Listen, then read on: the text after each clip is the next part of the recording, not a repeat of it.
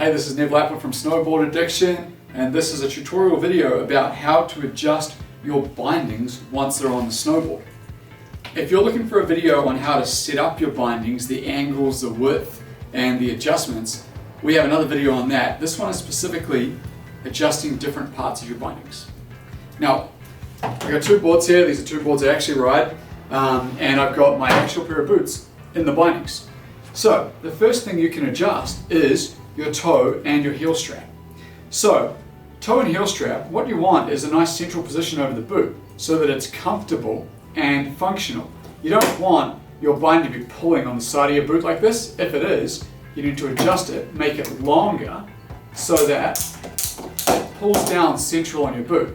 Same thing that if the toe cap is too long, you may have trouble tightening your boot because you might not be able to get it as tight as you want. So how it's done on a burden binding is this little thing here. You clip it open, you unwind it, and then you can adjust it into different holes.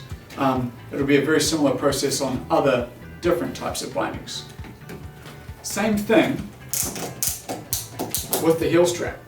You want the heel strap to be pulling on a central part of your boot, mainly because that's the most comfortable to wear your bindings, but also because if your binding strap is too long, you may have trouble tightening it up as much as you want, or if it's too short, you may have trouble even getting it to ratchet on the first couple of clips. So same thing, you flip that open, you undo that screw, and you can adjust the length of the ankle strap. Now, other parts of your bindings that you can adjust are inside the binding, the bottom is called the footbed, and a lot of different bindings you can actually adjust the length of the footbed. So this one here, you clip up those two notches and you can slide it back or forward depending on the size of your boot. And this is something you just got to kind of eyeball. You do it by putting your boot in, adjusting it through the different notches, and seeing if it kind of seems to make a good fit with the size of your boot. So that's where mine is. It kind of seems that it fits well, and you'll have to make that adjustment yourself depending on the boots and the bindings you have. On the back of bindings, I'm going to turn this board around, you have an adjustment called forward lean.